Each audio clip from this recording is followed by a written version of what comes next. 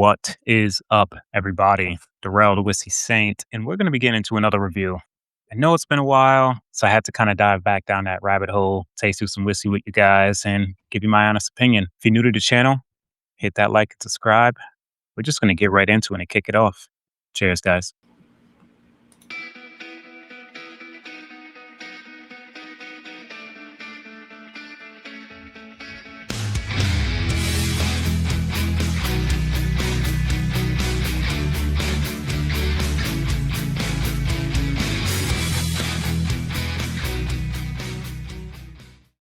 So I know. It's been a few weeks and you see my face doing some reviews, and I kind of sad about it. So I wanted to pull up some whiskey. I've been meaning to get around to reviewing this for a while, but just life's been crazy. Life's been crazy. So found some time.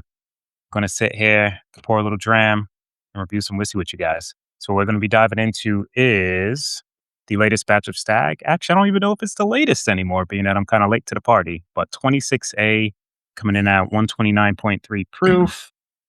You guys know pretty much everything about Stagg. Those who don't, Buffalo Trace, I believe it's mash bill 2, bourbon. They don't really dive into what their true mash bill is. So nobody really knows, but rumored to be, I think, 6 to 9 years old in terms of the whiskey. Used to be really, really good. Then they kind of fell off a cliff a little bit. Then they're trying to get back on. I know the last few batches were pretty decent. And I do remember this, full disclosure, it's already open. So I did taste it and do remember enjoying it, but haven't had it in a while. So we're going to re-pour it up and give you my honest opinion, some tasting notes, and let you know if I think it's worth a buy and picking up if you can find it at retail, which is usually kind of tough. So let's crack this open, pour a little bit into that glass. Go Army. Doug Papa's dad, Mariano. Cheers to you both. Give it a little swirl job, a little nose job, not to be confused with the cosmetic version. So the nose is pretty nice. Like right off the front, brings in some nice citrus, brighter fruits, kind of back down that semi-traditional Stagg Junior profile when it was like berry forward and such that I liked. Some of the more recent batches kind of lacked on that and got a little bit more on the oakier side, not as sweet, which some of them were still pretty good, but I prefer the sweeter nose with the berries and, bright fruits. Nice little rye twinge in there. I wish they disclosed what their actual mash bill was, but I would imagine it has a decent amount of rye in here. Yeah, so like citrus, like orange peel, nice rye spice, some apples in there. But yeah, the bright fruits and citrus kind of take over the nose on this. Get a decent amount of oak, but nothing too crazy. But yeah, just super orangey, which I don't know if I said that much about a Stagg, to be honest, but more citrus forward than like apple and berry forward on this. Enough in the nose. Let's dive in. Cheers. I'm going to save my initial thoughts. We're going to take one more sip before I say that, because sometimes it does change on the second sip. So before I say anything crazy, let's take one more sip. It's a citrus. Wow. So this is so bright, spicy citrus forward. If you, if you have like a inside of an orange peel, squeeze a little bit of that juice on there and just added all types of just like spice, not like even like a hot spice, but just holy crap, it lights up my mouth. Like my front, mid, and almost the tail end of my palate on my tongue is just like erupting. I do lose some of the sweetness on the palate because of that spice. And it's not really a high, it's 129 proof, barrel proof, but I've definitely had some whiskeys that were higher proof that didn't really erupt like that. Like this on the tongue feels like it's like 135. The finish feels more like the 129. Like it has a nice finish, but the mouthfeel on the tongue is just crazy, crazy. I don't know if anything I've ate is influencing that or not, but my palate was pretty clean, had some water prior, so I can't really blame it on that. I'm going to take one more sip, see if that dies down a little bit, but this is really spicy on the mouth. Yeah, dude, it's relentless. It's almost making me talk with a lisp, making the front of my tongue just water and salivate. Holy moly. I will say this, it does take away from the experience slightly because that's a lot of the experience is that spice feel on the tongue versus taking in all the flavors. But you do get a nice citrus punch, not so much dark berries or even like the apple that I kind of got on the nose. The citrus and that spice take over. Nice finish, very long finish.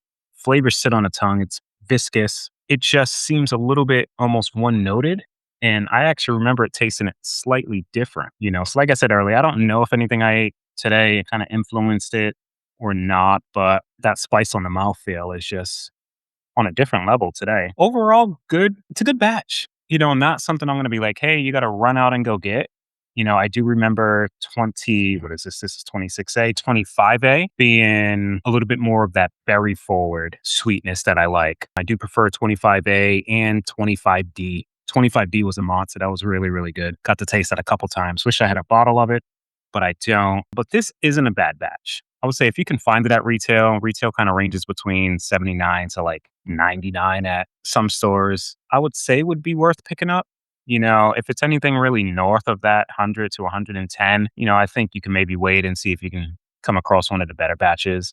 It's like I said, nothing crazy that's going to blow your mind, but it's good. At retail, it's worth a buy. It's just tough trying to find these at retail. So that's the only thing that's a little discouraging. But outside of that, not a bad whiskey. Not mad at that at all. We're going to take one more sip, guys, and we're going to wrap this up. Yeah, that spice is there. Oh man, each sip, it doesn't even die down with a sip. Usually, the more sips you take, it kind of your palate gets a little acclimated to the whiskey and it kind of like dumbs down the proof a little bit. Not on this for me today. Every consecutive sip is just that same experience, which is kind of nice. I don't mind that.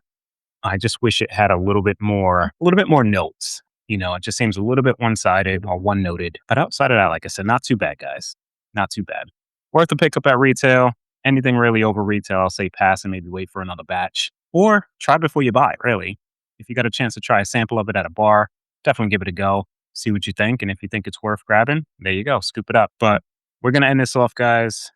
Thanks for tuning in. Hit that like, hit that subscribe if you're new. We're going to take it out of here. Cheers. Thank you for watching Hello Again, Whiskey Friends, everybody. A big shout out to our amazing Patreon community. If it wasn't for you, we couldn't continue to produce the content and barrel picks week after week. And for everybody else out there, be sure to hit that like and subscribe. It really helps the channel more than you know. And we'll catch you on the next one. Goodbye, everybody.